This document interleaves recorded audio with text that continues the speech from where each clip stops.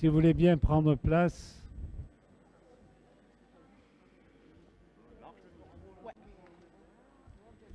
Yes. Allez Camille.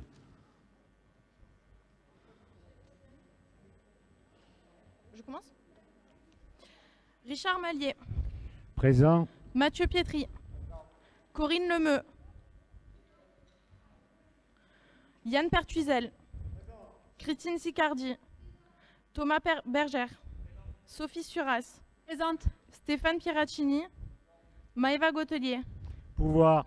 Joseph Cassaro, Roger Mossé, Dominique Bièche, Alain Auxerre, Pierre Maroc, François Degnaud, Evelyne Louis, Véronique Garnier, Catherine Bienfait, Marie-Christine Rodriguez, Catherine Foulon, Marie-Pierre Vicello, Florian Paris, Christelle Kégine, Patricia Coty, Jean-François Kerr, Julien Esterini, Hervé Kella, Jean-Pierre Laffineur, René Alberici, Valérie Giacomadi, Philippe Canobio, Geneviève Martin. Le quorum est atteint. Merci Camille. Le conseil municipal de ce soir, toujours relocalisé dans le gymnase Guidruth, pour répondre aux règles sanitaires, n'échappe pas à la règle puisqu'il sera lui aussi filmé. Pour le prochain conseil municipal qui aura lieu à la fin du mois de mai, on essaiera de faire en sorte de le faire dans la salle des fêtes des Terres Blanches qui, je pense, nous sera livrée et qui permettra d'avoir quelque chose de plus convivial et de plus chaud qu'un grand gymnase comme on a maintenant. Par contre, je tiens à vous informer de la récupération totale de notre site internet, souvenez-vous, suite à l'incendie d'OVH, de même que toutes les applications permettant la dématérialisation du service public. Je souhaite chaleureusement remercier tous les participants et organisateurs de cette fin de semaine placée sous le signe de commémoration patriotique. Le 106e anniversaire du génocide arménien, comme l'hommage national aux déportés, ont été dignement mis à l'honneur au nom de notre devoir de mémoire. L'évolution permanente de l'épidémie sanitaire impose aux autorités des fluctuations incessantes dans les mesures à prendre, et notamment les organisations de manifestations. Sachez que la municipalité fait de son mieux pour s'adapter en conciliant votre sécurité et un maintien de la vie communale, un maintien du lien social et une préservation de l'économie locale. Nous avons su nous adapter au niveau du monde scolaire. Ce matin, la rentrée s'est effectuée dans les meilleures conditions sanitaires possibles et je tiens à remercier les services pour cette adaptation, parce que ce n'est pas évident et ça évolue à la limite d'heure en heure, Madame l'adjoint au maire délégué. La commune de Bouxwiller reste fortement mobilisée pour la campagne de vaccination. Nos seniors qui n'avaient pu bénéficier de créneaux sont enfin protégés avec le dernier convoi, non pas pour l'échafaud, mais pour le centre de la Timone qui s'est déroulé la semaine dernière. Depuis vendredi dernier, à l'annonce de l'éligibilité des agents publics de plus de 55 ans, nous avons organisé hier une opération similaire en incluant les enseignants de la commune à destination du centre départemental de Coudoux. Je me félicite du ralliement des pouvoirs publics à ma proposition d'autotest Covid-19 pour l'usage dans le périmètre scolaire et dans les services publics. Ceci se voit maintenant généralisé. Or, pour notre commune, nous avions doté le personnel administratif et enseignant de ces tests dès leur arrivée en France, c'est-à-dire au moment de Pâques, il y a 3 semaines environ. Enfin, je tiens à vivement féliciter les élus qui ont montré l'exemple. En effet, les samedis 17 et dimanche 18 avril dernier, ils ont suivi une formation de sauveteurs secouristes dispensée par les sapeurs-pompiers afin de pouvoir porter secours à l'ensemble des administrés en cas d'AVC, voire de blessures importantes ou encore de malaise. Le conseil de ce soir traitera majoritairement d'aménagement de la commune avec des cessions et acquisitions de terrain, la constitution d'un groupe de travail dédié à notre centre-ville, ainsi que le dossier de Belle-Ombre. Nous évoquerons également des demandes de subventions comme à notre habitude. Je tiens à vous informer que la commune conteste devant le tribunal administratif l'arrêté de carence qui la sanctionne en matière de logements sociaux. Je ne manquerai pas de vous tenir informé de la suite de la procédure. Par contre, je vous invite à ne pas relâcher votre vigilance contre la Covid-19. Il est vivement conseillé de limiter les contacts et de faire attention aux personnes fragiles en cas de retrouvailles familiales. Et les uns et les autres, dites à toutes les personnes concernées pour l'instant qu'ils doivent se faire vacciner, que c'est l'avenir qui est là-dedans dans cette pandémie, parce qu'une vaccination ne veut pas dire qu'on n'attrapera pas le Covid, ou la Covid, pardon, mais ça veut dire qu'on l'aura avec des effets qui seront moindres. Donc c'est ce qui est important, me semble-t-il, dans le cadre d'une telle pandémie. Allez, place à l'ordre du jour. Évidemment, nous avons l'adoption du compte-rendu de la séance du 22 mars. Est-ce qu'il y a de ce côté-là des remarques ou des informations, ou des observations, pardon. Monsieur Keller, vous avez la parole.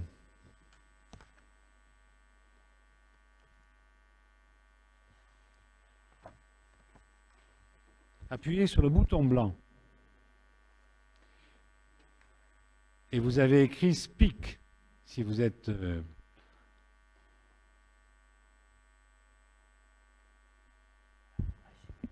Ok, excusez-moi. Oui, sur le compte-rendu, donc on a vu que le compte-rendu visio n'avait pas pu être reproduit. Je ne sais pas ce qui s'est passé, peut-être que vous avez l'explication. Sinon, on a reçu un compte-rendu résumé. Cela dit, on ne peut pas l'approuver parce qu'il est pour nous...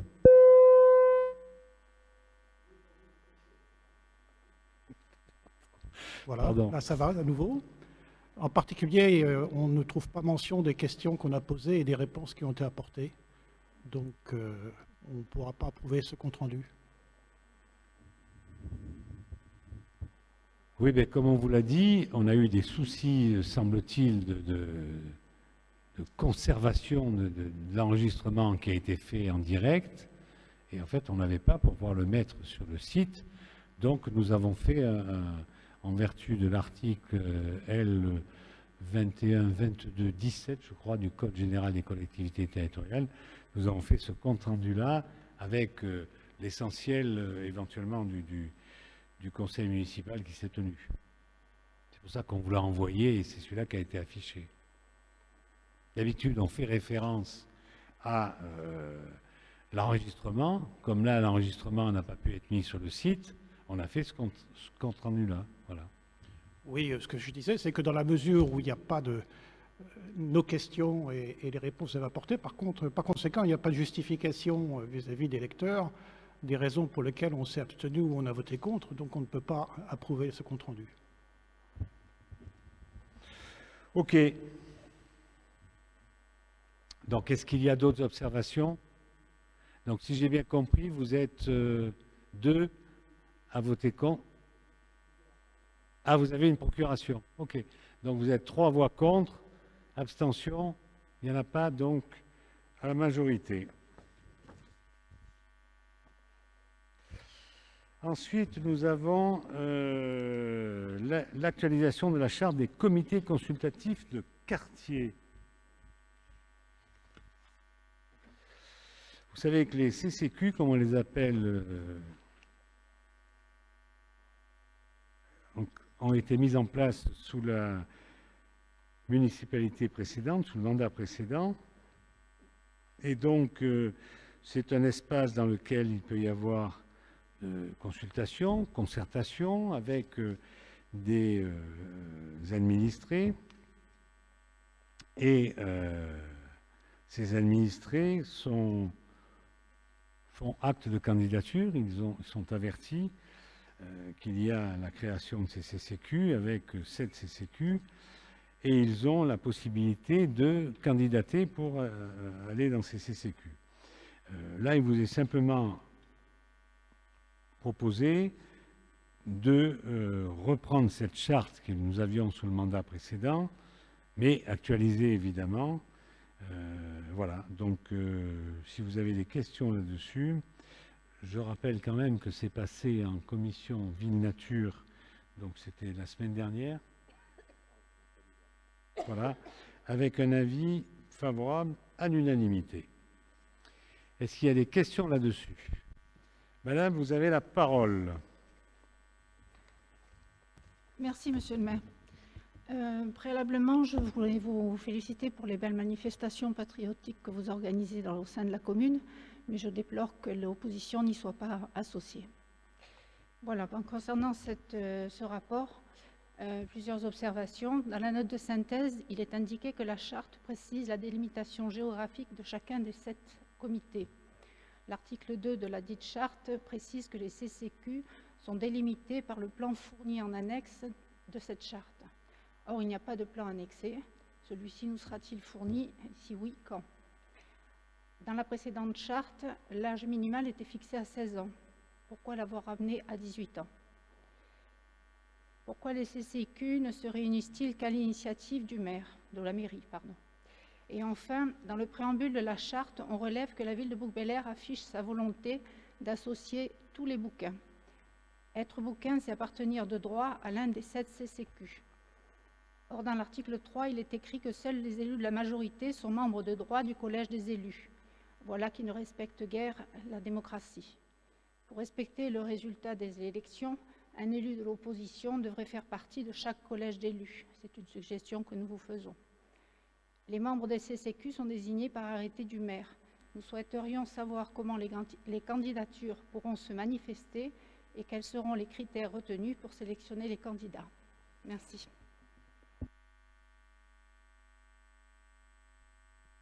Puisque je vois que vous avez écrit votre intervention, seriez-vous assez aimable de la donner à Cyril pour ce qui me l'amène, parce que je n'ai pas tout entendu. La sono est extrêmement difficile, donc puisque vous avez écrit, donnez-moi le texte, au moins je pourrai vous répondre. Oui, mais j'ai mes autres observations dessus, donc ça va être difficile. Vous voulez que je reprenne point par point? Le plan annexé, il n'y a pas de plan annexé. Est-ce qu'on pourra obtenir ce plan? Puisque c'est une mise à jour d'une actualisation de la charte, je suppose que les périmètres ont changé. Et or, sur le site de la ville, on ne trouve que les CCQ tels qu'ils étaient sous l'ancienne mandature. Ma deuxième... Pardon? Les périmètres n'ont pas changé. Hein. Ah, je ne sais pas, puisqu'il y a une actualisation de la charte, on peut se poser la question. Non, actualisation de la charte, ça ne veut pas dire qu'on change de périmètre. Ah, Ça veut dire qu'il peut y avoir autre chose aussi. Ça pourrait être. Donc les périmètres sont identiques. Non, mais ça, on peut vous donner le plan, c'est pas un problème. Hein. D'accord. D'ailleurs, normalement, il aurait dû être, veuillez nous en excuser, il aurait dû être donné avec, quoi, je veux dire, c'est clair. Mais à ma connaissance, on n'a pas changé le périmètre. D'accord. Si, on a changé le périmètre. La deuxième question était relative à l'âge minimal.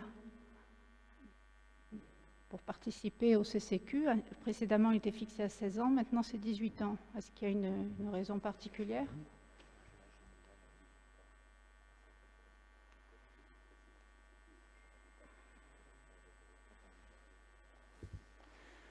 Ah oui, avant, il y avait, vous voulez dire qu'avant, il n'y avait pas d'âge minimal pour participer au CCQ, c'est ça? C'était 16 ans. C'était 16 ans, maintenant c'est 18.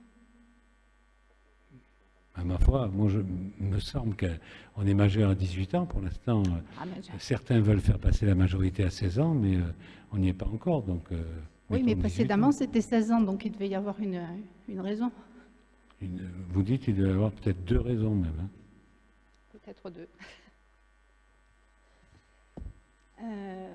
Ensuite, pourquoi est-ce que les CCQ ne se réunissent qu'à l'initiative de la mairie? pourquoi est-ce qu'une majorité de membres du CCQ ne pourrait pas demander la réunion d'un CCQ? Ça me semble évident que c'est l'exécutif qui mène les débats. Et voilà, donc c'est l'exécutif qui convoque, qui convie, ça me semble évident. Encore une fois, je vous le dis, hein, on n'est pas obligé de le faire, mais on veut le faire. C'est une volonté municipale de faire les CCQ. Bon, point à la ligne, et voilà, donc c'est clair que ça se réunit, il appartient à chaque élu responsable d'un CCQ de le réunir. Hein. Donc il le réunit quand vraiment il en a besoin. C'est un espace de concertation, de consultation. Voilà. Ce n'est pas un espace qui doit se réunir toutes les semaines, soyons clairs. Ne tombons pas dans l'excès inverse. Enfin, peut-être que les habitants ont des sujets à débattre.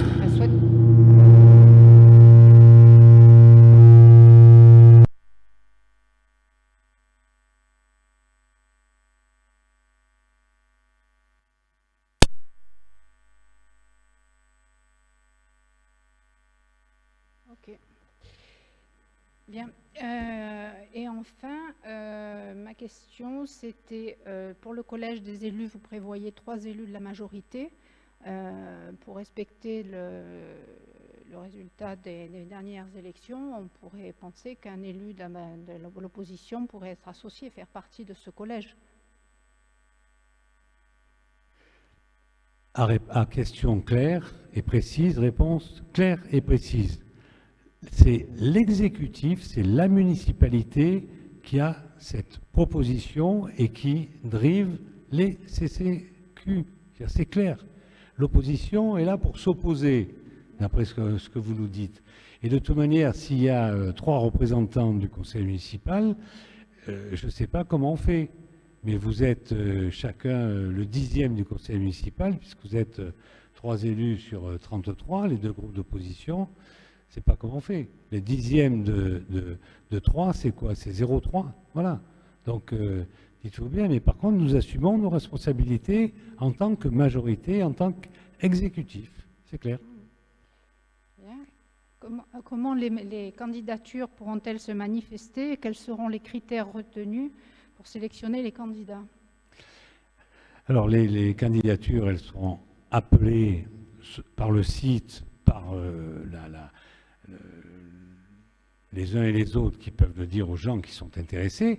Nous avons déjà reçu des candidatures parce que des gens veulent, qui étaient déjà dans les CCQ sous le mandat précédent, donc veulent renouveler. Et puis nous en parlerons dans la prochaine revue. On fera un appel à candidature. Après, on verra bien. Vous savez, c'est un peu... Il y a des CCQ où il y a plus de candidats que de postes. Mais il y a des CCQ où il y a moins de postes que de candidats. Donc, on essaiera de trouver un modus vivendi là-dessus. Dans l'éventualité où vous auriez plus de candidatures que de postes à pourvoir, quels seront les critères que vous retiendrez pour nommer les gens? Ben, écoutez, je pars du principe qu'on aura autant de candidatures que de postes à pourvoir. Voilà. On verra après il peut se passer, comment dirais-je, des critères qui peuvent être, ils étaient déjà inscrits membres d'un CCQ. Bon, dans ce cas-là, ils auront priorité sur les nouveaux. Ça me semble évident, quoi. Voilà. C'est clair. Après, on verra bien hein, ce qui va se passer. Après, c'est vrai que peut-être qu'on mettra des suppléants, monsieur le premier adjoint, dans la mesure où des fois, il y a des gens qui, au bout d'un moment, ils se lassent, ou ils déménagent, ou quelque chose comme ça. Donc, il faudra qu'on puisse prévoir pour les remplacer. Très bien, merci. Autre question? Pas d'autres questions. Donc, je mets aux voix cette délibération. Est-ce qu'il y a des voix contre? Il n'y en a pas. Est-ce qu'il y a des abstentions? Donc, 3 abstentions. Donc, unanimité des votants. Merci. Ensuite, on va changer de rapporteur, puisqu'on va passer la parole à Mathieu Pietri, qui va nous parler de l'aide à l'archivage entre la commune de Bougbelair et le centre de gestion du CDG. Oui, merci, monsieur le maire. Donc effectivement, nous vous proposons d'autoriser le maire à signer cette convention de prestation d'aide à l'archivage entre la Bouc Bélair et le CDG 13.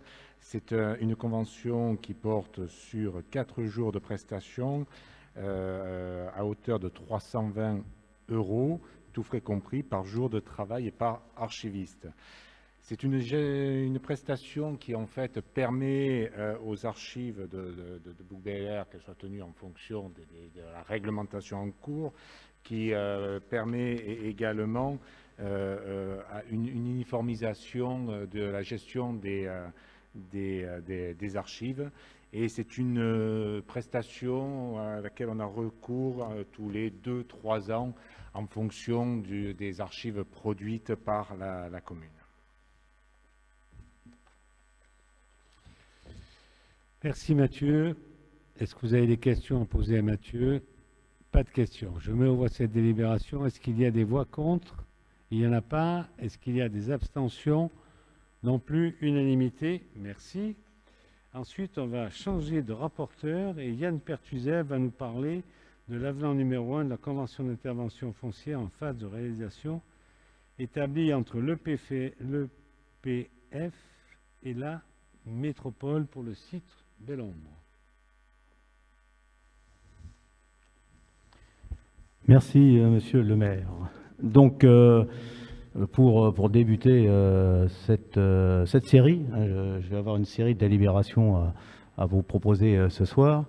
Pour rappel, donc, la commission Ville Nature a été réunie la semaine dernière, jeudi, à 18h30. Et donc, toutes ces délibérations ont été l'objet d'une discussion. Donc voilà, c'était un rappel que je souhaitais faire. Donc je vais essayer d'être le plus synthétique que possible, sachant que vous avez également tous été destinataires des documents. Donc cette première délibération, donc, comme vient de dire monsieur le maire, hein, c'est un avenant, l'avenant numéro 1, donc à la Convention d'intervention foncière en opération d'ensemble qui avait été signé entre la commune, la métropole et l'EPF, l'établissement public foncier, PACA, et ce par délibération donc en date du 28 novembre 2016. Ça concerne Belombre. Nous allons revenir sur Belombre dans le cadre de la délibération suivante, où je l'évoquerai un peu plus longuement. Je reviendrai sur l'historique. Mais pour rappel quand même, hein, donc Belombre, c'est le projet qui se situe dans le secteur dit de la bergerie et qui concerne donc 2,8 hectares et qui concerne la réalisation donc d'un programme de 120 logements, dont 60 logements locatifs sociaux, et également donc des travaux sur des bâtiments publics, en l'occurrence donc l'ancienne Bastide et l'école de la Bergerie. Deux éléments sont venus s'intégrer dans ce projet et qui nécessitent donc un avenant, donc de revoir sensiblement à la hausse le montant de cette convention d'intervention foncière.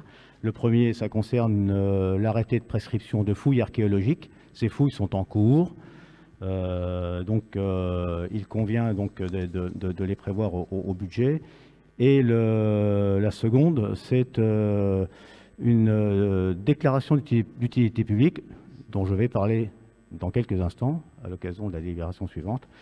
Et donc afin de faire face donc à ces deux éléments, donc il est prévu donc une augmentation de cette convention d'un montant de 1 500 000 € pour la porter à 9 500 000 €. Voilà, donc il est donc proposé au conseil municipal d'approuver cet avenant. Merci Yann. Est-ce que vous avez des questions à poser à Yann? Nous l'avons vu en commission d'ailleurs la semaine dernière et c'est passé à l'unanimité. Pas de questions. Je mets aux voix cette délibération. Est-ce qu'il y a des voix contre? Il n'y en a pas. Est-ce qu'il y a des abstentions? Non plus. Unanimité. Je vous remercie. Ensuite, on va continuer avec Yann qui va nous parler de l'engagement d'une procédure de DUP sur le projet Belle-Ombre. Alors, donc, on va continuer sur la bergerie, le projet Belle-Ombre. Et donc, cela concerne effectivement donc l'engagement d'une procédure de déclaration d'utilité publique, DUP.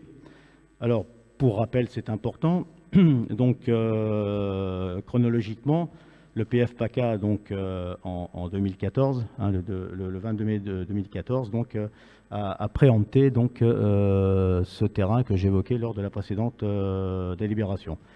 Donc, la convention d'intervention foncière a été signée en 2017. Elle fait maintenant l'objet d'un avenant. Ensuite, donc, une consultation a été lancée par le PF PACA.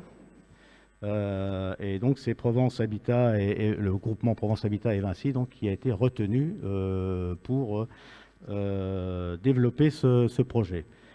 Une promesse de vente sous conditions suspensives a été signée avec le PF PACA le 7 février 2018 et le permis construire, lui, a été accordé en novembre 2018. Ce permis, donc, je le rappelle, concerne la réalisation donc, de 120 logements, dont 60 logements locatifs sociaux. Le solde des parcelles donc, qui ne sont pas prévues pour la réalisation donc, de ces logements hein, donc, a été cédé à la commune par acte hein, du 30 décembre 2019. Ça concerne donc la Bastide et le terrain nécessaire donc, à l'agrandissement donc, de l'actuelle école de la Bergerie. Alors, point important, ces parcelles, l'ensemble de ces parcelles étaient situées, je le mets à l'imparfait, donc dans une ancienne zone d'aménagement concerté, dite de Belle-Ombre, qui avait été créée le 23 mai 1973, pardon, et cette zone d'aménagement concerté avait été supprimée par délibération du conseil municipal, donc en date du 26 mai 2014. Alors, en fait, il ressort en fait que les anciens propriétaires donc de tous ces terrains qui constituaient donc cette ancienne zone d'aménagement concerté, donc les consorts Autolia, donc avaient fait mettre donc dans les actes une clause qui limitait à l'époque la constructibilité donc sur les parcelles qui restaient leur propriété. Et en fait, concrètement, ces parcelles qui restaient leur propriété, ce sont celles qui ont été vendues, donc le PF a acheté. Et donc cette clause, en fait, elle limite, donc c'est une clause, une charge de densité hein, qui est constitutive de ce qu'on appelle un droit réel. Et donc, elle limite, en théorie, la densité, donc le nombre de constructions potentiellement réalisables sur ces parcelles. Donc, afin de faire disparaître ce risque, qui est quand même un risque important, concrètement, qui pourrait, comment dire, voir ce projet ne pas aboutir, il est donc important de procéder à ce que l'on appelle l'extinction de cette limitation de constructibilité, et ce, donc par le recours d'une procédure de déclaration d'utilité publique, à la suite de laquelle nous obtiendrons une ordonnance de donner acte, donc, qui éteindra définitivement cette clause et fera disparaître ce risque. Voilà, donc cette déclaration d'utilité publique, elle est bien évidemment parfaitement justifiée. Vous avez pu le lire d'ailleurs dans le dossier d'enquête préalable à la déclaration d'utilité publique, hein, un document très étayé d'un peu plus de 50 pages. Je ne vais pas vous le détailler ici, mais très concrètement, l'utilité elle est reconnue puisque, je le rappelle, réalisation de logements dont 60 logements locatifs sociaux. Faut-il rappeler que la commune est carencée et également réalisation donc d'installations publiques, en l'occurrence, je le rappelle, donc extension du groupe scolaire de la Bergerie nécessaire, et également donc aménagement de la Bastide qui sera ensuite destiné donc à un usage public. Voilà, donc il est donc ce soir proposé donc de délibérer pour en fait 3 choses. La première, c'est approuver d'abord le recours à cette procédure de déclaration d'utilité publique. La seconde, c'est d'approuver le dossier qui vous a été soumis d'enquête préalable à la déclaration d'utilité publique. Et enfin, la troisième, c'est de solliciter l'ouverture de l'enquête préalable auprès de Monsieur le préfet des Bouches-du-Rhône. Une chose importante, et là j'en aurai terminé, une chose importante, lorsque l'on parle de déclaration d'utilité publique, on rapproche tout ça d'un terme qui fait toujours peur, celui d'expropriation. Il n'est absolument pas question ici d'expropriation de foncier. Le foncier est acquis, donc très concrètement, les riverains en particulier dans l'ancienne zone d'activité d'aménagement concerté, ne sont absolument pas menacés par une quelconque expropriation foncière. Ce n'est absolument pas l'objet de cette procédure de déclaration d'utilité publique. J'en ai terminé, Monsieur le maire. Merci Yann. Je crois qu'après ce long exposé très précis, est-ce qu'il y a des questions? Oui, Monsieur Kella, vous avez la parole. Oui, merci. Voilà, c'est bon. Oui, merci de me donner la parole. Oui, ce projet foncier, bon, je n'ai pas grand-chose à dire dessus, je pense que tout a été dit. En revanche, c'est une zone qui est déjà très encombrée au point de vue de la circulation. Donc les accès de l'autoroute le matin sont extrêmement difficiles.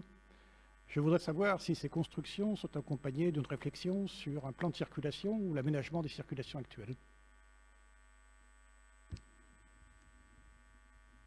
Monsieur Kella, on a vu ça l'autre fois en commission, où vous n'étiez pas là, il n'y avait personne, très bien, mais on va répondre à votre question. Monsieur Pertuzel vous a rappelé que nous avons eu un arrêté de carence, que d'ailleurs ces 60 logements sociaux qui seront faits et 60 en accession à la propriété, ça fait un total de 120, alors que cette propriété peut faire 300 logements. Et je pèse mes mots, je vous le dis sereinement, 300 logements, compte tenu du fait que l'ancienne municipalité l'avait classé en zone UC et avait fait sauter la ZAC. Nous avons, grâce à une subvention d'aide aux fonciers, nous avons arrêté le projet à 120 logements. Si jamais on laisse faire le préfet là-dessus, ils pourront aller jusqu'à 300. Et les services préfectoraux, ils n'en ont rien à foutre de la circulation. La preuve, c'est qu'ils obligent les communes, avec la loi SRU, à construire. Mais les infrastructures ne vont jamais aussi vite qu'il le faudrait. Et quelquefois, elles perdurent pendant des décennies avant d'arriver à essayer de se mettre à niveau. Nous sommes carencés, pourquoi? Parce que nous n'avons pas fait, entre 2017, 2018, 2019, sur ces 3 années-là, nous n'avons pas fait les objectifs que nous avions. Les objectifs étaient de 299. Je me suis déjà expliqué là-dessus, mais je le rappelle quand même. Les objectifs étaient de 299. Nous avons réalisé 77. Réalisé entre guillemets, parce que ce n'est pas la réalisation qui compte, c'est le conventionnement et après, pour la pénalité, c'est l'occupation. D'accord? Bon. Or, nous avons, dans le cadre de Belle-Ombre, 60 logements sociaux qui n'ont toujours pas été conventionnés, malgré le permis qui a été donné en août 2018. Été 2018. Je me retourne, j'ai dit novembre. Mais il me semble que c'est novembre. Mais voilà, c'est voilà, on est fin 2018. On n'est pas à 2 semaines près, en août 2018, ça ne soit pas réalisé. Or, si vous regardez bien 2017, 2018, 2019, le permis étant donné en août 2018, normalement, on aurait dû nous le compter. Mais on ne nous le compte pas. C'est indépendant de notre volonté et de notre compétence, puisqu'en fait, il s'agit d'un problème de fouilles archéologiques, qui ont lieu d'ailleurs en ce moment, et il s'agit d'un problème on a trouvé, quelque part, un notaire a trouvé qu'il y avait une formulation qui risquait d'être gênante. Bon, et c'est pour ça qu'on vous demande ce soir de passer en procédure de déclaration d'utilité publique, simplement pour faire enlever, que le juge dise, cette mention-là n'a plus lieu d'être. Juste retenez ça. 300 logements, 120 logements. Nous avons 40% de ce qui était possible et prévu. Le préfet, les services préfectoraux, ils se foutent totalement de ce qu'il y a. En plus, la métropole a mis, le territoire du Pays d'Aix a mis les lignes de transport en commun. Il y a ce qu'il faut. Donc, de ce côté-là, on est obligé, de par la loi SRU, mais écoutez, on essaie d'appliquer au moins le peu qu'on devait faire. Autre question? Pas de question. Je mets aux voix cette délibération. Est-ce qu'il y a des voix contre? Il n'y en a pas. Est-ce qu'il y a des abstentions? 2 abstentions. OK, donc unanimité des votants. Ensuite, nous avons toujours avec Yann Pertuzel cession d'une partie de la parcelle communale cadastrée section CM numéro 38 et d'une partie du domaine non cadastré attenant à la dite parcelle d'une superficie totale d'environ 835 m² au bénéfice de la SAS Groupe Figuière. Alors donc cette délibération en fait fait suite à une délibération que nous avons prise lors du dernier conseil, le 22 mars dernier. Et donc je ne reviendrai pas sur la présente délibération donc, qui tendait à donc désaffecter et déclasser donc, une partie du domaine public pour le passer dans le domaine privé de la commune. Et donc le groupe Figuière a manifesté donc son intention, son intérêt pour acquérir donc cette emprise donc d'environ 835 m² afin de l'intégrer dans son projet. Sachez qu'un permis a déjà été déposé, il fera l'objet d'un permis modificatif de la part du groupe Figuière et que cette cession n'a pas pour objet de faire des constructions supplémentaires, mais d'aménager beaucoup mieux le terrain, en particulier en termes d'espace vert et de stationnement. Donc le prix a été soumis donc, au domaine qui a fixé sa valeur donc, à 55 000 €. Donc il vous est demandé ce soir, il vous est proposé pardon, ce soir d'approuver donc cette cession au profit du groupe Figuière au prix donc de 55 000 € et d'autoriser Monsieur le maire à signer l'acte de cession.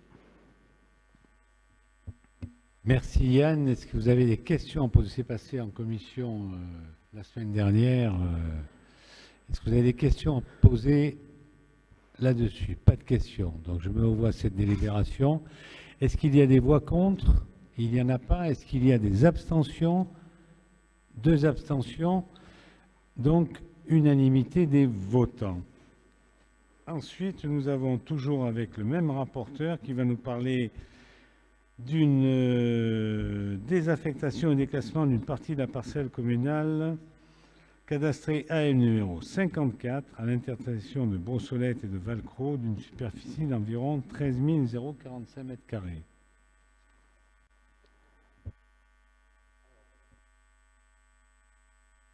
Voilà, c'est bon, c'est allumé, ça va mieux se passer. Donc en fait, cette délibération est liée également à celle qui suivra. Donc, voilà, présente les deux en même temps. Hein. Oui. Donc celle qui suivra, en fait, consistera là en un échange de parcelles et donc en une acquisition par la commune d'un morceau de parcelle privée. Alors, pour bien comprendre de quoi il s'agit et l'origine donc de ces deux délibérations, un certain nombre d'entre vous ont sans aucun doute déjà pris depuis de nombreuses années et le prennent peut-être toujours, et nos concitoyens beaucoup sans doute, un tout petit chemin piétonnier qui part de l'entrée des Terres Blanches pour rejoindre Montana. Voilà, donc en fait, il faut savoir que ce petit sentier n'est pas public, n'appartient pas à la commune, il est privé. Et donc c'est dans ce cadre-là que l'on va délibérer ce soir concrètement pour passer ce petit sentier dans le domaine public de la commune et faire en sorte que nos concitoyens puissent se promener en toute sécurité et légalité sur ce sentier. Dans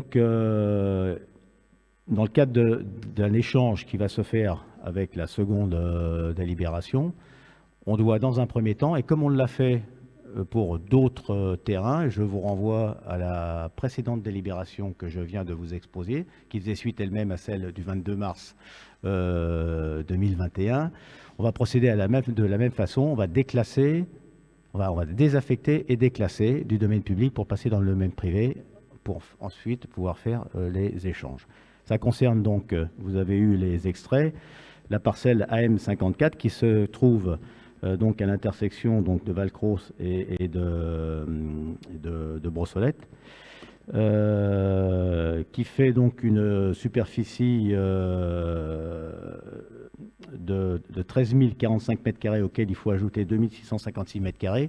Ces 2656 m², nous allons les conserver puisqu'ils sont identifiés par un emplacement réservé.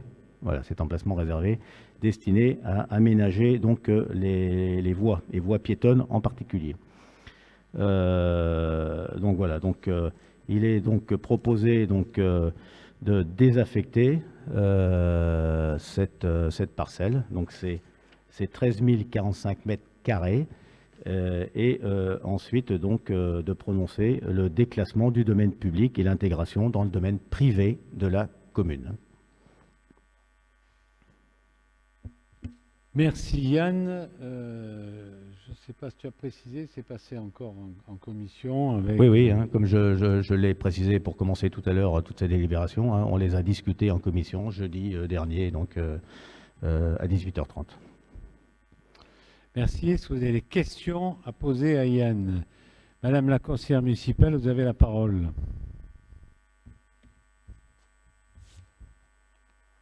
Merci, monsieur le maire. C'est avec satisfaction que nous apprenons que la commune envisage le réaménagement de l'intersection des boulevards Brossolette et Valcrosse.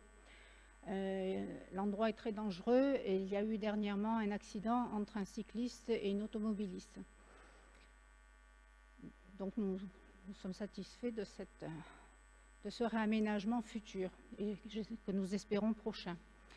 Toutefois, nous doutons de l'intérêt pour la commune de désaffecter et de déclasser pour l'échanger la parcelle AM54. Cette parcelle est contiguë à la résidence Montana et à des propriétés privées directement concernées par l'opération projetée. Cette parcelle est pour l'instant située en zone naturelle et en espace boisé classé.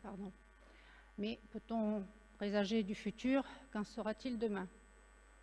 Le terrain que la SCI Familia demande à échanger ne présente aucun intérêt pour la commune, si ce n'est de posséder l'emprise du cheminement piéton.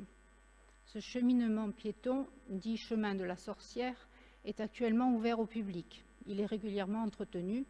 On se pose d'ailleurs la question par qui? Est-ce qu'il est entretenu par les services techniques de la mairie ou par le propriétaire privé?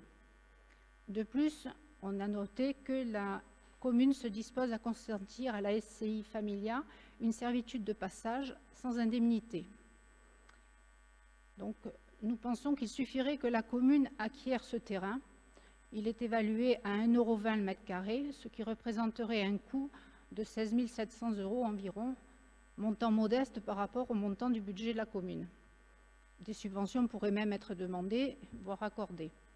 De plus, la commune qui projette de consentir une servitude de passage à la SCI Familia pourrait le faire contre paiement d'une indemnité, ce qui réduirait encore le coût de l'opération. Donc pour toutes ces raisons qui démontrent l'intérêt manifestement contraire à la commune de ces rapports qui nous sont soumis, nous voterons contre.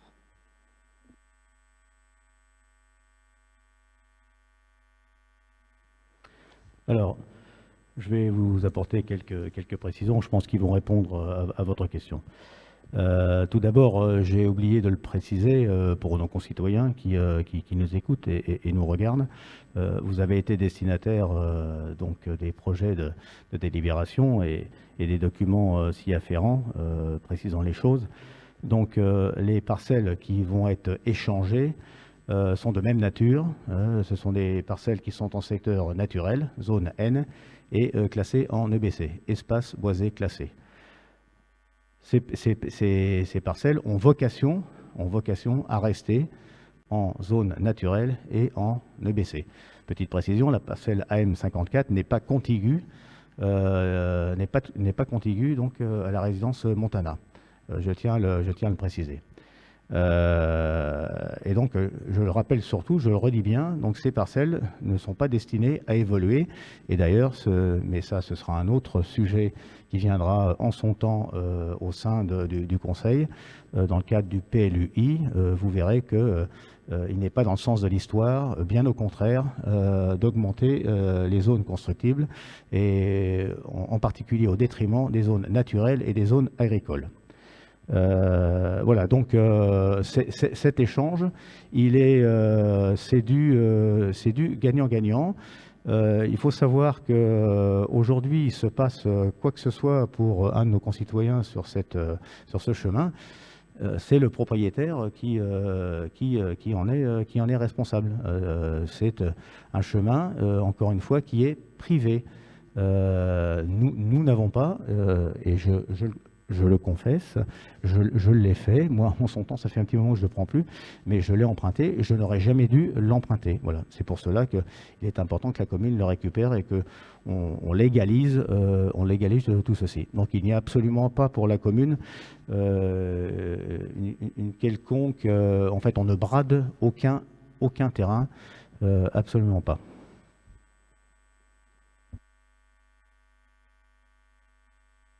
Merci Yann. Madame la conseillère municipale, je ne vous ferai pas l'affront de vous dire qu'une propriété privée, un propriétaire peut empêcher le passage sur sa propriété.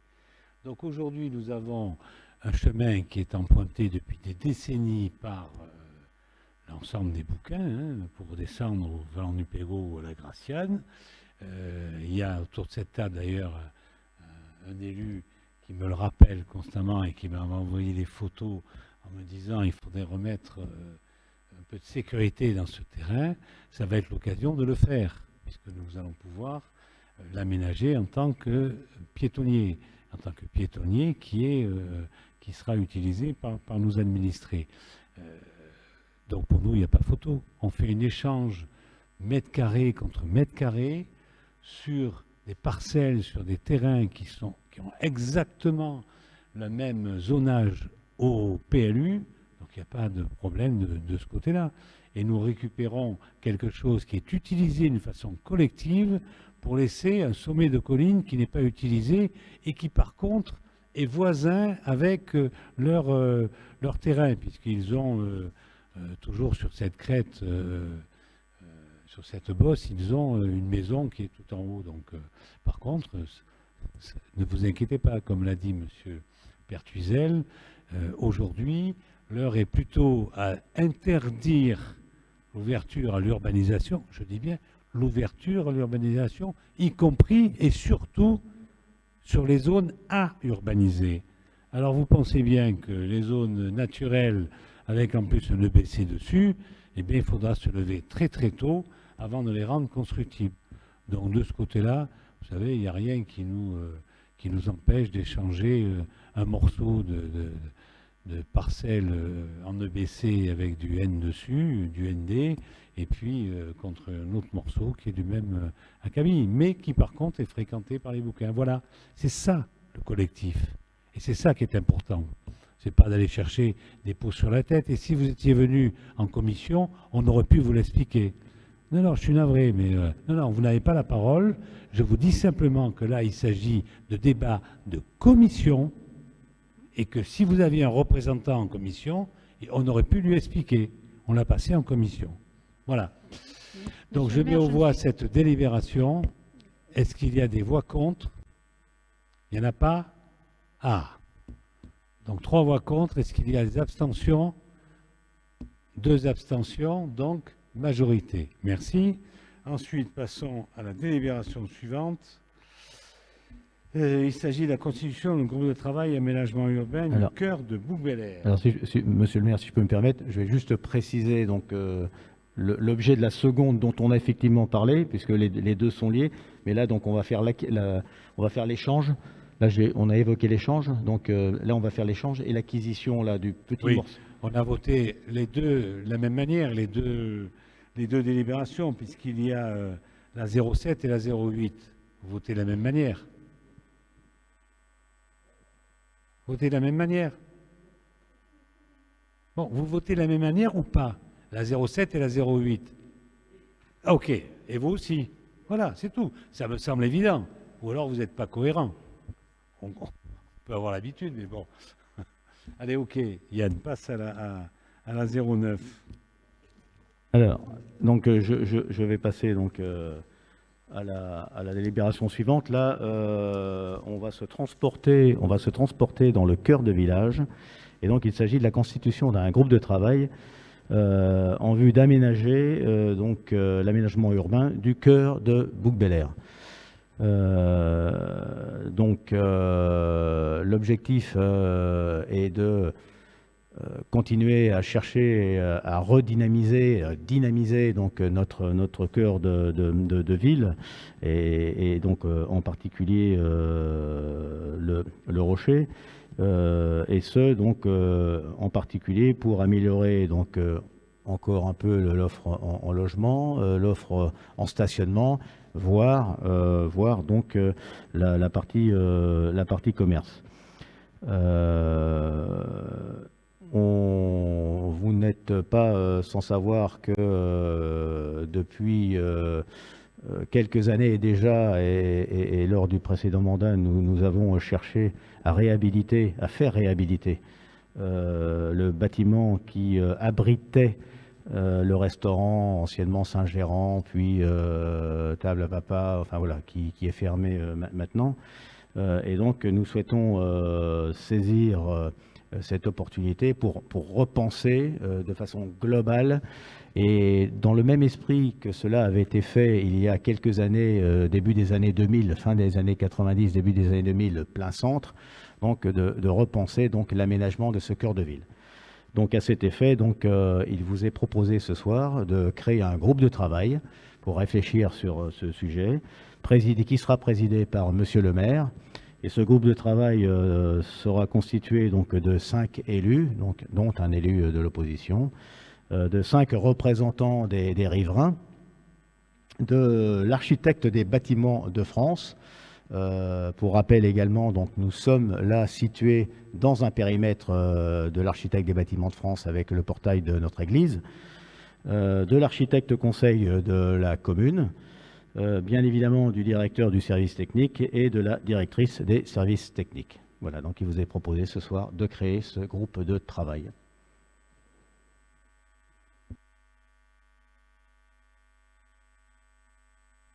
C'est encore un dossier qui a été vu en commission. Donc, est-ce qu'il y a des questions là-dessus? Monsieur Keila, vous avez la parole. Essayez d'avoir des questions d'ordre politique, parce qu'on n'est pas ici dans la technique, puisque ça, la technique, c'est en commission.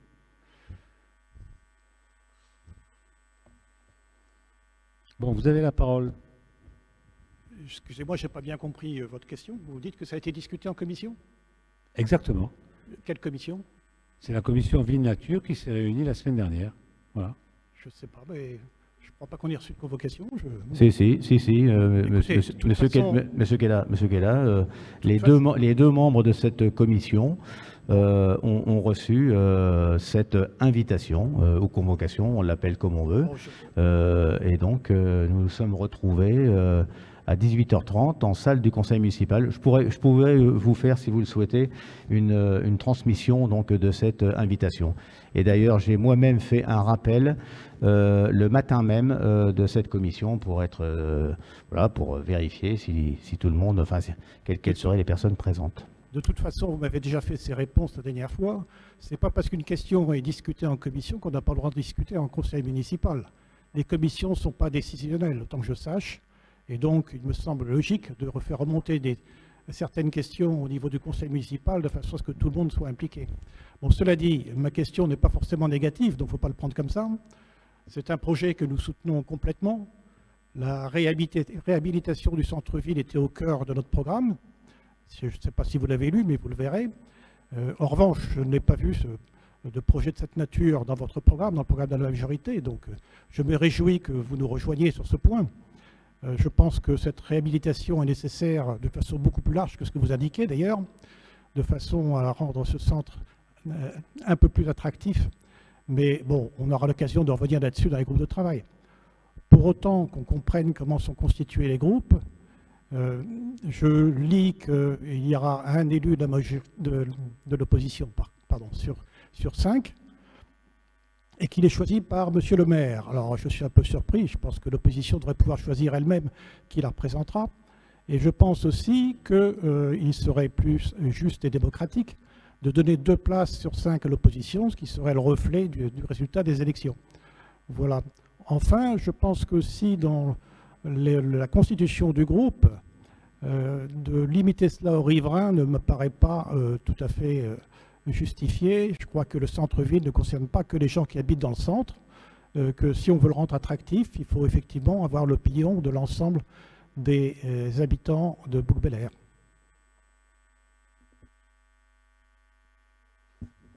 Monsieur qui est là, simplement, encore une fois, je vous le fais remarquer. Vous êtes 6 sur 33. Si vous faites le calcul sur 5, ça ne donne même pas 1, encore une fois. Alors, on vous propose de mettre, si vous continuez, vous n'aurez plus, dans ce cas-là, 2 sièges, et puis c'est tout. On fera la proportionnelle comme elle est, et vous n'aurez que un 10e, même pas un 11e de ce que sera proposé à l'opposition. Voilà. Donc, à un moment donné, arrêtez, s'il vous plaît, arrêtez. Les commissions, je le rappelle, sont là pour discuter. On n'a pas de position politique la plupart du temps et on est là pour répondre aux questions. Les adjoints délégués qui président les commissions vont répondre à vos questions. Vous pouvez, alors ça je reconnais que c'est peut-être pas le moment de le dire, mais je vais le dire quand même, vous pouvez assister en tant que conseiller municipal à une commission, mais en ce moment, à cause des règles sanitaires, c'est formellement déconseillé. Donc seuls les membres de la commission participent, parce que les commissions, elles ne sont pas nombreuses, ce qui permet de pouvoir se réunir en présentiel. Et ce qui me semble important avec les services, c'est qu'on puisse discuter entre nous des dossiers qui sont à l'ordre du jour. Voilà. Quand nous retrouverons une vie normale, les conseillers municipaux qui ne sont pas membres de la commission peuvent comment dirais-je, être dans la commission. Le seul truc, c'est qu'ils ne votent pas dans ce cas-là. Voilà, c'est tout, pour avoir l'avis de la commission. Voilà. Donc, il vous est proposé, est-ce que ce groupe de travail, qui est quelque chose d'extraordinaire, on va pouvoir concerter, consulter, avancer. On a l'accord de l'ABF, on a l'accord de l'architecte conseil. C'est comme ça, d'ailleurs, qu'on avait fait, il y a quelques mois, la place actuelle. Plus de questions, plus d'observations? Si, j'ai encore une question, excusez-moi. Je n'ai pas bien compris votre réponse vis-à-vis d'une part, la façon dont est choisi, puisque vous le limitez à l'élu de l'opposition, et d'autre part, sur ma question relative à la constitution du groupe des habitants.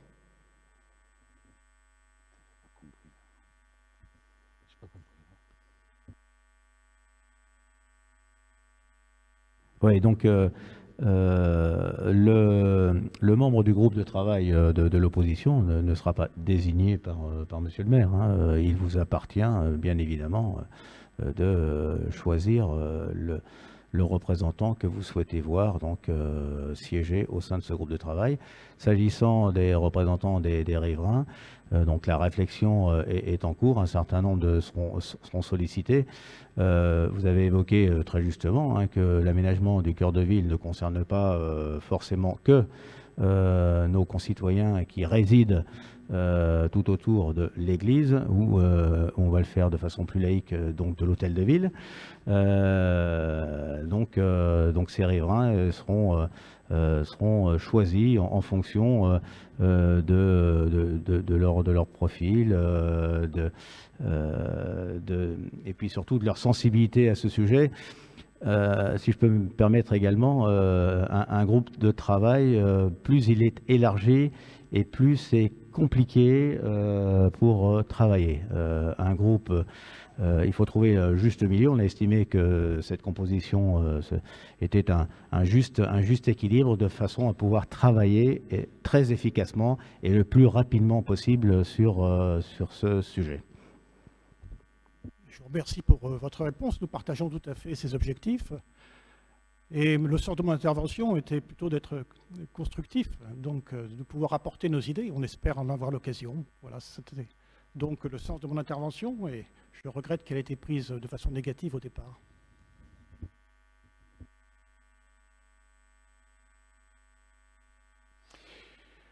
Ok, donc je mets aux voix cette délibération. Est-ce qu'il y a des voix contre? Il n'y en a pas. Est-ce qu'il y a des abstentions? Il n'y en a pas non plus, donc unanimité. Merci. Ensuite, nous allons changer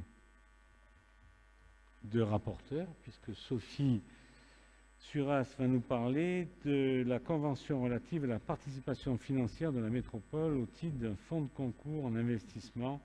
C'est donc l'aménagement du secteur Belle-Ombre. Merci, Monsieur le maire. Bon, désolé, je vais reprendre quelques détails que Yann a déjà expliqués. Donc, depuis décembre 2013, la commune de Bouc-Bélière, le PF-PACA et le territoire de Pays d'Aix mènent une opération d'aménagement sur le secteur Belle-Ombre visant à réaliser 120 logements diversifiés, dont 50% de logements locatifs sociaux. Pour accompagner le développement de ce secteur, donc, il est prévu la réalisation de travaux d'aménagement, la réhabilitation de la bastide existante pour installer des services publics, l'extension du groupe scolaire rendu nécessaire par le projet immobilier et la réalisation d'aménagements extérieurs tels que parking et voirie. Le coût global estimé pour la réalisation de ces équipements publics s'élève à 5 959 894,02 €, dont 284 500 € d'études, 2 845 000 de travaux et 2 830 394,02 € de foncier. À ce jour, le plan de financement pour la réalisation de cette opération hors foncier est le suivant. Pour un montant total de 3 129 500 €, à part égale pour la commune et la métropole verserait donc une subvention de 1 564 750 €. Le conseil municipal de ce soir est donc amené à se prononcer sur l'adoption de la convention et l'adoption de la participation financière de la métropole Aix-Marseille-Provence au titre d'un fonds de concours en investissement pour l'aménagement du secteur Belle-Ombre d'un montant de 1 564 750 € pour les travaux d'équipement rendus nécessaires pour cette opération. Merci Sophie. Est-ce que vous avez des questions à poser à Sophie? Pas de questions. Je mets aux voix cette délibération. Est-ce qu'il y a des voix contre? Il n'y en a pas. Est-ce qu'il y a des abstentions? Il n'y en a pas non plus. Unanimité. Merci. Ensuite, Sophie continue avec la subvention aux associations et organismes publics. Merci. Une liste complémentaire de subventions pouvant être accordées en 2021 aux associations et organismes publics en lien avec la commune vous est proposée ce soir pour un montant total de 168 750 €. On y retrouve notamment donc la subvention pour le CCAS, le COS, la participation à la mutuelle des agents, la participation à la prévoyance des agents, les COP des écoles de la commune et l'association diocésaine Aix.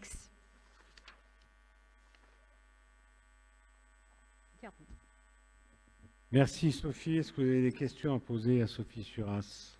Pas de questions. Je mets aux voix cette délibération. Monsieur Kella, vous avez la parole.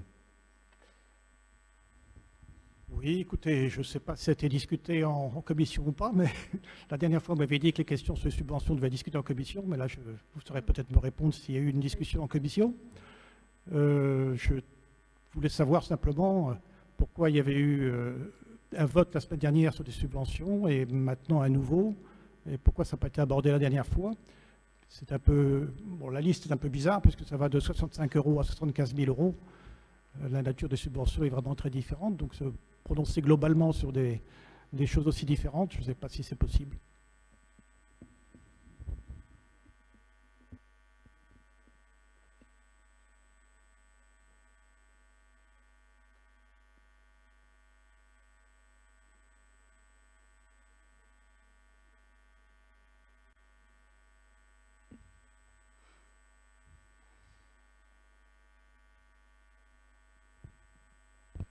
Monsieur Kella, votre question, si je l'ai bien compris, c'est vous demandez pourquoi, il y a un mois, on a voté les subventions aux associations et pourquoi là, on retrouve d'autres subventions. Est-ce bien ça?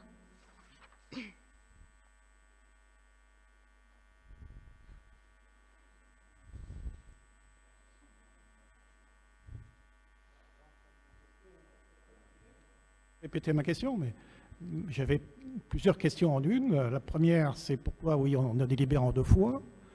Est-ce que ça a été oublié la dernière fois? La deuxième, est-ce que c'était discuté en commission? Puisque l'autre fois, monsieur le maire m'avait répondu que c'est en commission que ça doit être discuté d'abord. Et la troisième question, et c'est une liste un peu à la Prévert, ça va de 65 € à 75 000 €. Je ne sais pas comment on peut, avec un seul vote, approuver des choses aussi différentes. Voilà.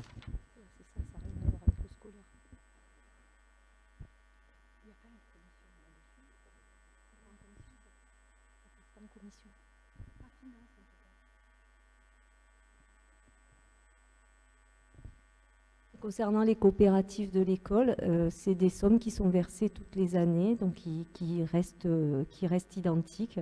Il n'y a pas plus de demandes que ça des coopératives des écoles, donc elles sont reconduites à 65 €. Voilà, c'est la réponse sur l'école, je peux vous la donner. 75 000 € derrière, c'est le CCAS. C'est sûr que c'est pas tout à fait le même, on va dire, c'est pas tout à fait la même chose. On parle pas du tout des mêmes choses, quoi. Voilà. Donc, ce qui peut s'entendre sur les différences de sommes.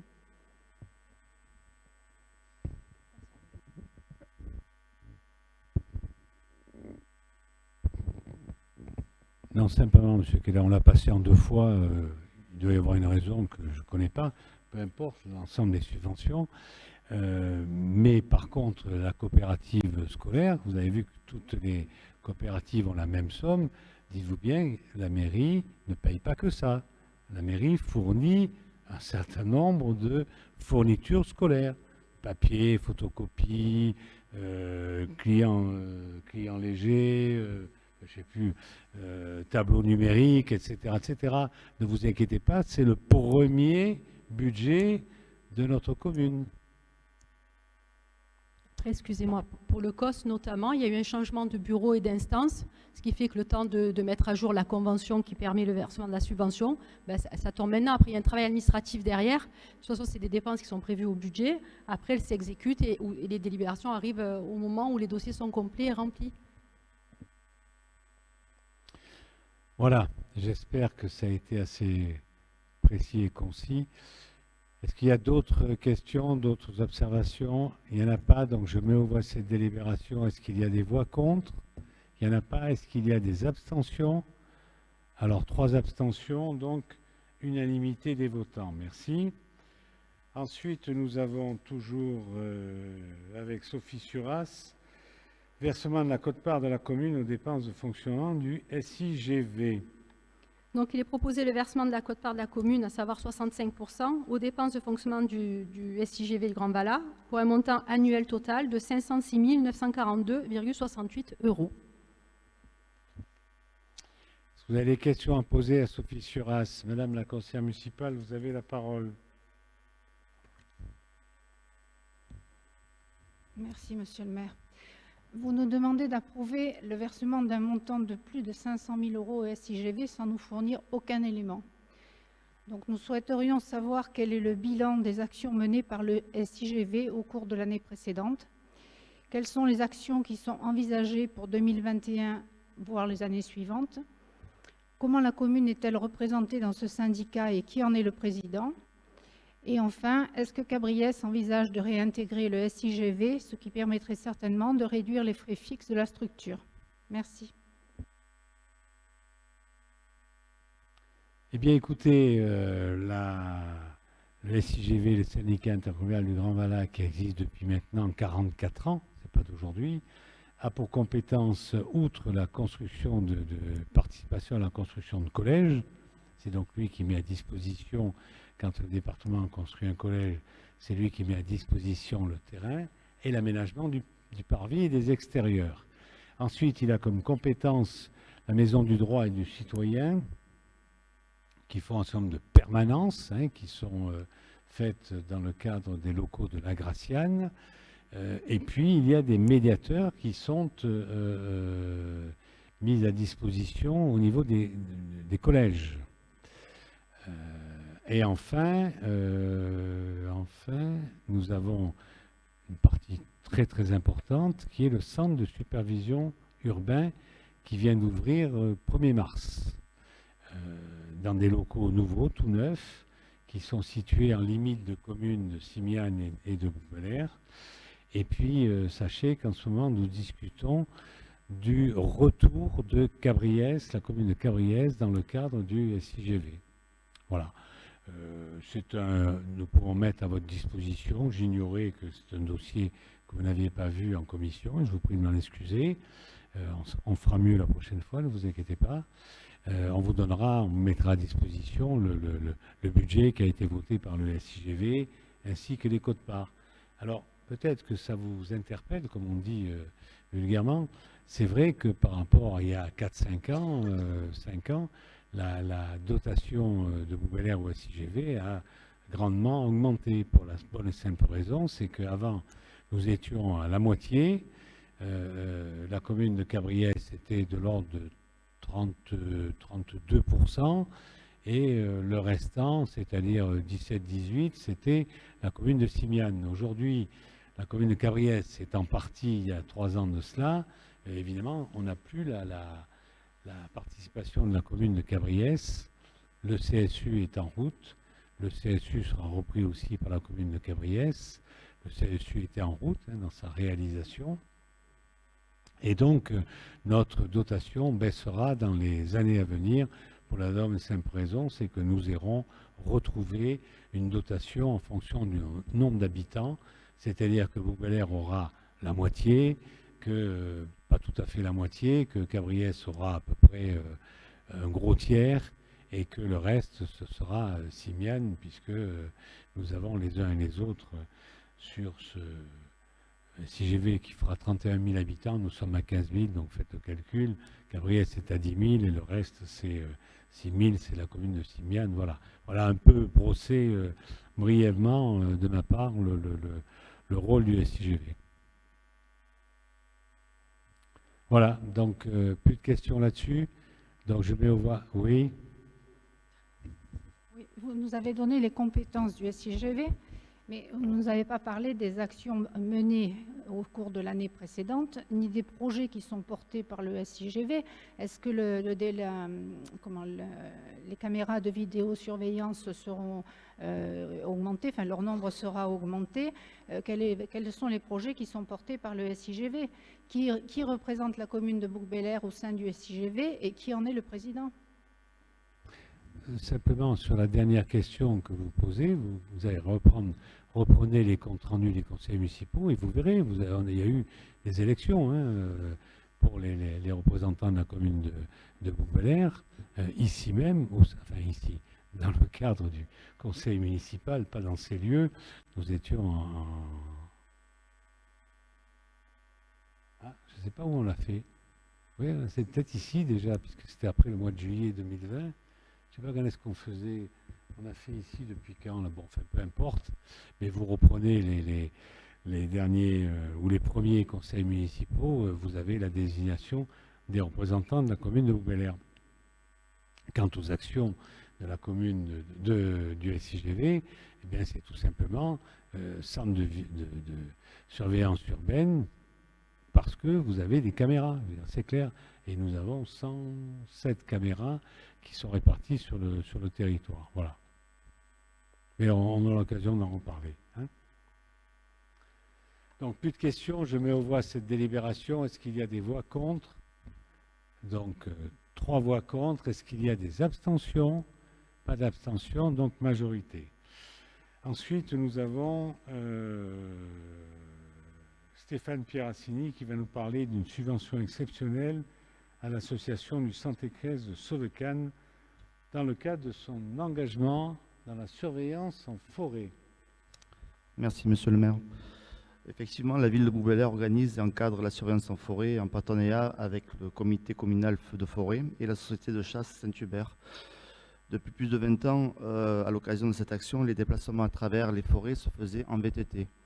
En 2021, nous verrons donc la création d'une nouvelle brigade, la brigade équestre, pour compléter et développer cette action. L'association du centre équestre de Sauvecannes ayant proposé de s'investir en encadrant cette brigade et en mettant à disposition son matériel, ses chevaux et son expertise. Le coût d'entretien ainsi que le matériel complémentaire étant à la charge de l'association, il est proposé une subvention exceptionnelle d'accompagnement aux charges de fonctionnement inhérentes à cet engagement. Cette subvention sera versée selon le nombre de bénévoles au sein de la brigade équestre, selon les modalités suivantes. Entre 6 et 9 bénévoles, la subvention sera de 2 000 € et entre 10 et 15 bénévoles, elle sera de 3 000 €. La commission des sports et grands événements du 9 avril a rendu un avis favorable à cette proposition. Merci Stéphane. Est-ce que vous avez des questions à poser à Stéphane? Monsieur le conseiller municipal, vous avez la parole. Oui, je n'ai rien contre cette subvention, je vous rassure. On est tout à fait positif là-dessus. Simplement, dans la forêt, il y a des panneaux qui indiquent interdiction aux chevaux. Alors, je ne sais pas si ça vient d'une réglementation de la commune, mais ça serait bien de la modifier sans doute. Interdit aux chevaux. Excusez-moi, mais les panneaux interdits aux chevaux dans la forêt?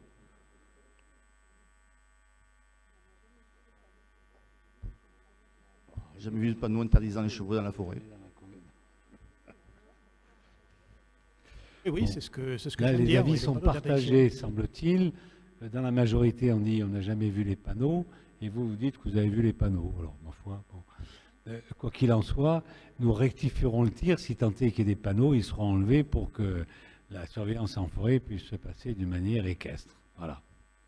Mais c'est important de le souligner. Vous avez raison, monsieur le conseiller municipal. Donc, je me vois cette délibération. Est-ce qu'il y a des voix contre?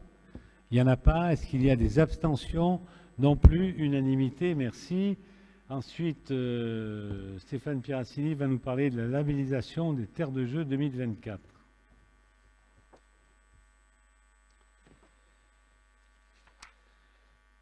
Merci. Dans le cadre des Jeux Olympiques 2024, la collectivité souhaite s'associer, dans la mesure de ses capacités, bien sûr, à l'événement planétaire que sont les Jeux Olympiques, afin de promouvoir le sport en son sein, mais également de valoriser les actions réalisées par la commune en termes de structuration et de développement des pratiques sportives. Terre de Jeux 2024 est donc un label destiné à tous les territoires, en France métropolitaine et dans les territoires d'outre-mer. Il favorise les territoires qui souhaitent mettre plus de sport dans le quotidien de leurs habitants et s'engager dans l'aventure des Jeux, quelle que soit leur taille ou leurs moyens. C'est pour de telles raisons que nous incitons à proposer, de telles raisons nous incite à proposer au conseil municipal de prendre la délibération suivante. C'est juste une labellisation qui met en valeur et en lumière notre politique sportive au sein de la commune de Bouc-Bel-Air.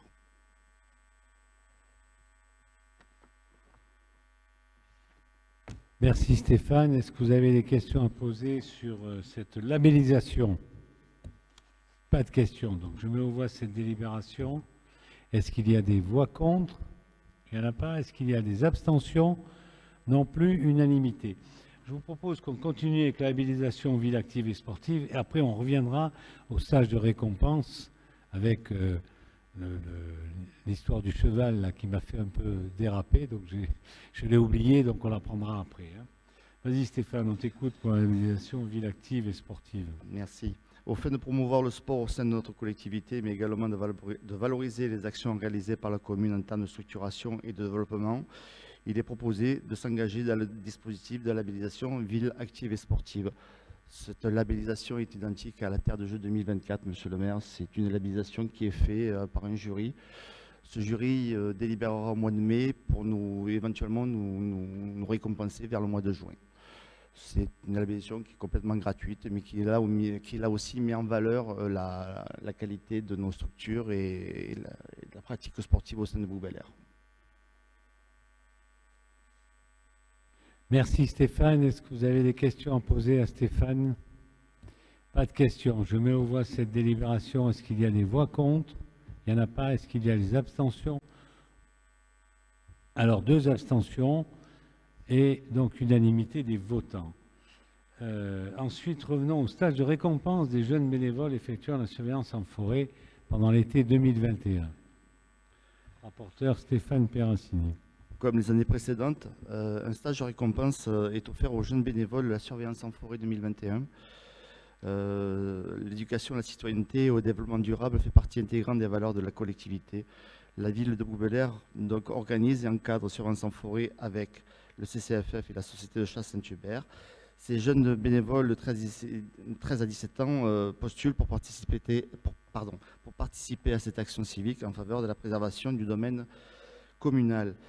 Dans le cadre d'une valorisation de cet investissement de ces jeunes bénévoles, sous réserve que la situation sanitaire le permette, Monsieur le maire propose un stage de récompense se déroulant du 23 au 26 août 2021 au centre La Renardière à Saint-Chaffré dans les Hautes-Alpes. La ville, bien sûr, assurera le paiement des prestations liées au stage de récompense pour tous les participants.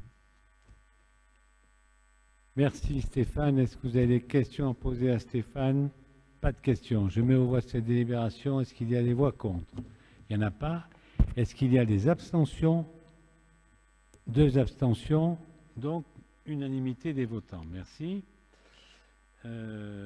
Ensuite, je vous propose d'écouter Joseph Cassaro qui va nous parler d'une subvention auprès du CD pour une aide au CCFF et à la police municipale.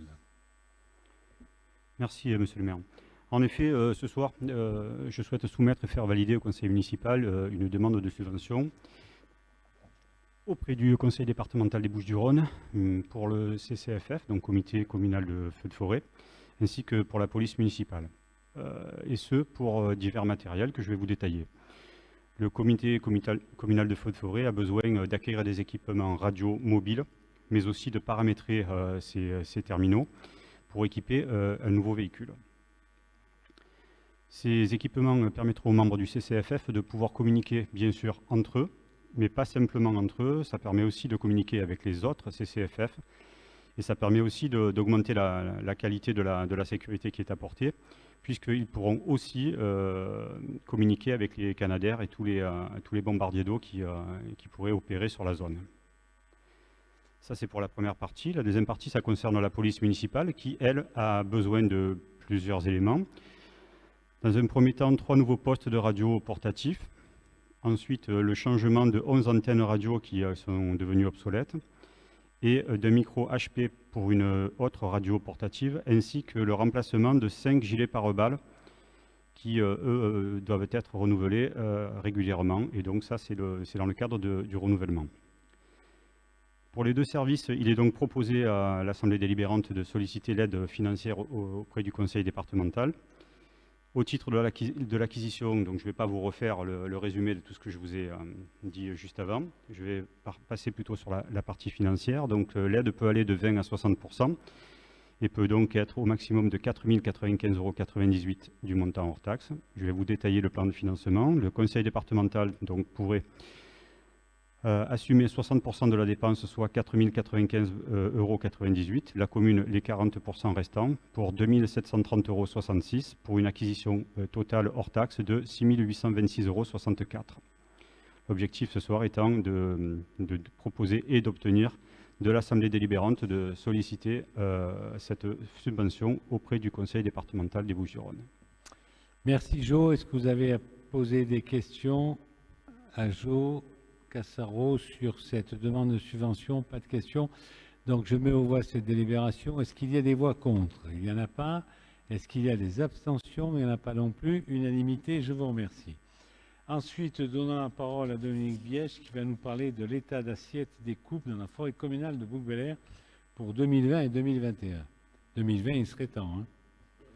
Merci Monsieur le maire, bonsoir à tous. Moi je vais vous parler du patrimoine forestier de la ville de Bouc-Bel-Air qui, comme vous le savez tous, est à la fois important et de qualité. Et je crois que chacun peut s'en féliciter, d'autant qu'il participe à la notoriété de la commune en tant que ville nature. Mais ce patrimoine forestier, il faut le préserver. Et pour ce faire, il nécessite d'être entretenu à la fois pour des raisons de sécurité, pour assurer sa régénération et sa durabilité. Et cette mission est confiée à l'Office national des forêts qui assure la maîtrise d'œuvre de ces travaux. Et dans le cadre de cette gestion des forêts des collectivités qui relèvent du régime forestier, l'ONF est tenu chaque année de porter à la connaissance des collectivités propriétaires des propositions d'inscription des coupes dites à l'état d'assiette. En d'autres termes, on appelle ça aussi des coupes réglées, c'est-à-dire des coupes qui sont programmées. L'ONF identifie un certain nombre de parcelles avec un programme qui peut s'étaler sur plusieurs années. Donc l'objet de cette délibération est de porter à la connaissance du conseil municipal la proposition d'inscription des coupes pour l'exercice 2020-2021 dans la forêt qui relève du régime forestier de la commune. Merci Dominique. Est-ce que vous avez des questions à poser à Dominique Bièche? Pas de questions. Je mets aux voix cette délibération. Est-ce qu'il y a des voix contre? Il n'y en a pas. Est-ce qu'il y a des abstentions? Non plus. Unanimité. Je vous remercie. Allez, nous allons changer de rapporteur. Marie-Pierre Vitiello va nous parler de la modification de la durée de service d'un emploi. Oui, merci Monsieur le maire. Donc, suite à des mobilités internes au service scolaire et afin de permettre de prendre en compte l'évolution des besoins des services et de l'évolution de carrière des agents, il convient de modifier la durée hebdomadaire de service d'un poste permanent d'agent des écoles à temps non complet de 26 heures hebdomadaires en un poste à temps complet. En effet, il est proposé à un agent d'occuper un poste à temps plein avec des missions différentes de celles qu'il occupe aujourd'hui sur un poste à temps partiel à 70% de temps de travail. De ce fait, nous devons supprimer le poste à 100% du tableau des effectifs et créer le poste à 100% par une délibération. Je tiens à préciser que cette proposition a reçu un avis favorable à l'unanimité du comité technique le 14 avril dernier. Merci Marie-Pierre. Est-ce que vous avez des questions à poser? C'est vrai que l'exposé a été suffisamment précis. Pas de questions, donc je me vois cette délibération. Est-ce qu'il y a des voix contre? Il n'y en a pas. Est-ce qu'il y a des abstentions? Non plus. Unanimité, je vous remercie. Allez Marie-Pierre, parle-nous de l'accueil d'un stagiaire de l'enseignement supérieur auprès de la DGS. Je peux peut-être parler des deux délibérations, les regrouper? Puisque c'est deux stagiaires, oui. Merci Monsieur le maire. Donc la collectivité accepte de recevoir des stagiaires rémunérés dans ses services. En effet, au vu du contexte, il nous paraît important de soutenir les étudiants. Donc ce sont des stagiaires en études supérieures de Bac+3 à Bac+5. Ce sont des stages d'une durée de 3 mois et qui donnent lieu à une gratification. La trésorerie principale nous demande une délibération qui autorise Monsieur le maire d'une part à signer les conventions de stage et d'autre part à verser la gratification aux étudiants. Donc nous vous proposons d'accueillir donc un stagiaire auprès de la Direction générale des services et un stagiaire au service de la culture. Merci Marie-Pierre. Est-ce que vous avez des questions à poser à Marie-Pierre? Est-ce qu'on vote les deux délibérations en même temps? Allez, donc je mets aux voix ces deux délibérations. Est-ce qu'il y a des voix contre? Il n'y en a pas. Abstention non plus. Unanimité. Je vous remercie. Allez, passons aux questions diverses. Alors, j'ai reçu deux questions diverses du groupe Pour que vive Bouc-Bel-Air. Voilà, donc je vais la lire. Un accident mettant en cause une automobiliste et un cycliste est survenu récemment au croisement de l'avenue de la Monine et du boulevard de Valcros. Le cycliste est finalement en bonne santé.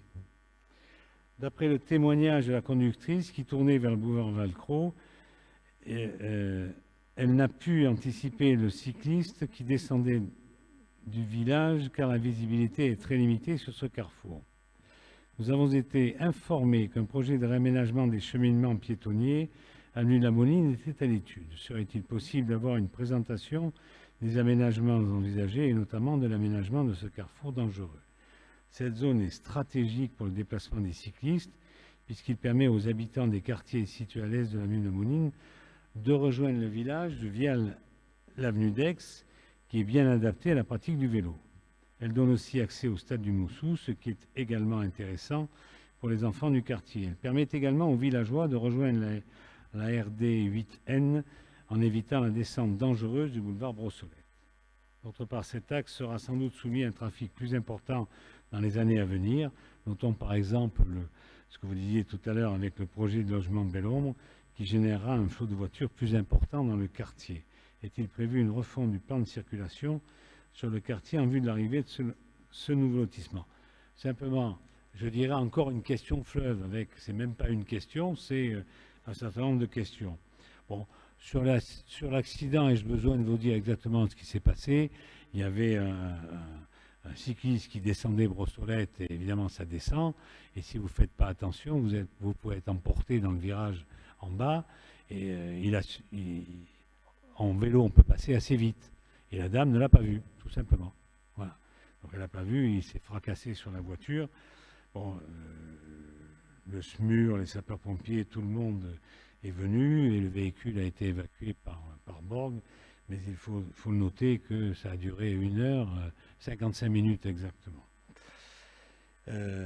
Donc une réhabilitation des voies douces à l'abord de ce quartier est en projet, c'est vrai. Nous sommes en train de réfléchir pour savoir comment inclure cet axe dans notre schéma cyclable. La première étape des travaux autour de la circulation de l'avenue de la Mounine débutera par la sécurisation du carrefour avec la Moustelle et l'avenue Delà de Tassigny qui va se faire par la pose d'un feu tricolore avant d'engager la réflexion plus au nord de cette avenue. Sur le plan de circulation Belle-Ombre, il sera débattu avec les usagers, services de la commune et parents d'élèves, comme je m'y suis engagé lors des concertations. Une fois évidemment le dossier lancé, ça ne sert à rien de le faire maintenant puisqu'on n'est pas encore au début des travaux, on est à peine aux fouilles. Sur les demandes de présentation et de réunion que vous nous faites, vous le savez, je n'ai rien à cacher pour ma part. Et je suis dans une totale transparence à l'image des multiples sujets débattus en commission municipale, voire plénière du conseil municipal. Ce qui est loin d'être le cas dans les autres communes, je le dis. Mais encore faut-il y venir. La commission Vie Nature de mercredi dernier, qui traitait de ces sujets, n'a tout simplement pas vu la participation des élus de l'opposition. Vous savez, quand on s'engage, c'est pour travailler, et non pas pour poser des questions en conseil. Sur votre question numéro 2, la voici. Les habitants de Bouc-Bel-Air ont découvert dans le bouquin numéro 131 que la métropole allait modifier le mode d'accès aux déchetteries en mettant en place un dispositif dit automatisé. Or, ce nouveau dispositif passe une fois de plus par la constitution d'un fichier informatique obligeant les habitants à créer un compte et à fournir un certain nombre de données personnelles confidentielles. Nul ne sait, au-delà de l'accès aux services publics, qu'est la déchetterie, à quoi serviront ces données, ni la fiabilité des procédures de sécurité informatique mises en œuvre. Par ailleurs, le dispositif numérisé exclura tous ceux qui ne disposent pas de l'outil informatique, n'en maîtrisent pas l'utilisation ou ne veulent pas s'inscrire sur ce fichier. On peut s'interroger enfin sur la légalité de ce type de collecte de données personnelles. La multiplication de ces fichiers pour accéder à des services publics, tels que ceux créés par la mairie pour la distribution des masques ou de cartes cadeaux à 25 €, tend à affecter la vie des bouquins et les conditions d'exercice de leur citoyenneté. Nous vous demandons donc de veiller à ce que les bouquins puissent continuer à accéder au moins à la déchetterie de leur commune, comme cela se déroule bien, vous l'avez mis entre parenthèses bien, depuis des années. Quand j'ai votre question, alors monsieur, je sais pas qui l'a posé, mais bon, c'est le groupe. Quand j'ai votre question, je vous avoue être, non pas député, mais dépité. On dirait un conseil municipal tel que je l'ai connu en 1989. Or, nous sommes en 2021. Les bouquins sont demandeurs d'un service public moderne, efficace et surtout moins cher. Et si je puis me permettre, je vous rappellerai que, à l'heure actuelle, heureusement que nous avons la technologie, car nous sommes en pleine période de Covid. Vous n'achetez jamais rien sur Internet? Vous ne payez pas vous non plus vos impôts sur Internet? Vous savez qu'en plus, pour les déclarer, c'est obligatoire. Vos billets d'avion, de train, vous ne les achetez pas sur Internet?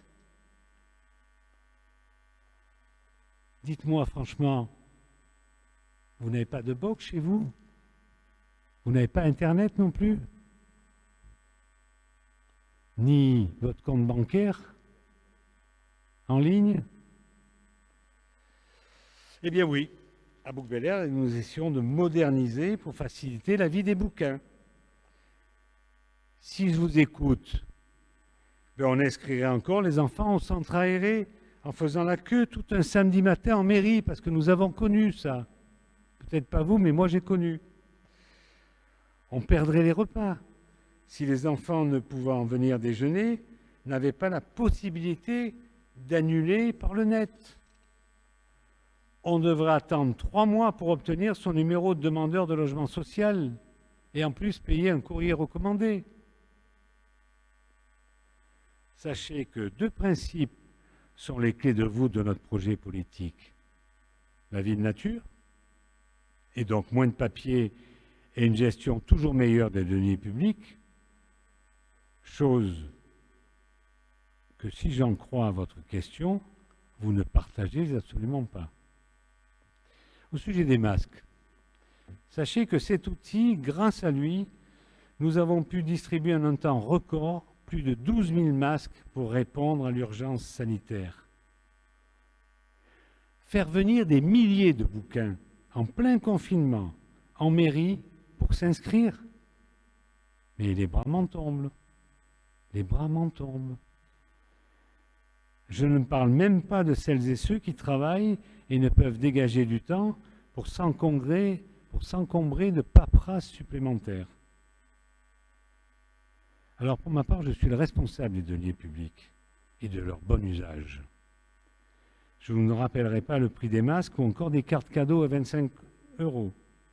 On ne peut pas distribuer n'importe comment l'impôt des bouquins. Donc oui, je l'assume, nous demandons des justificatifs pour attester de la bonne affectation des fonds.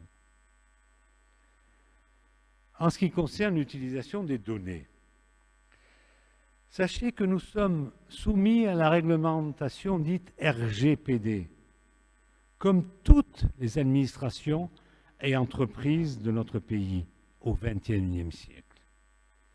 Et de toute façon, nous disposons déjà de ces données au format papier. Inscription à l'école, crèche, demandeurs de logements sociaux, information fiscale, on a déjà tout ça. Donc c'est plus simple de le mettre directement en ligne. Pour les personnes ayant des difficultés d'accès à l'outil informatique, et là vous avez raison, mais on ne vous a pas attendu, des permanences d'aide aux démarches sont disponibles en mairie. Des cours et une assistance sont proposés au foyer des anciens par l'entraide Solidarité 13. Et pour les plus anciens, nous effectuons les démarches pour eux. Je doute tout de même que nos centenaires se rendent souvent à la déchetterie vidée des remorques. Permettez-moi d'en douter.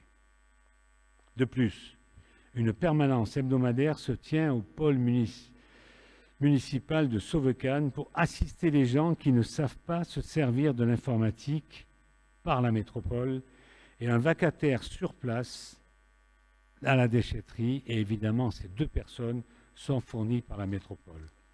Voilà.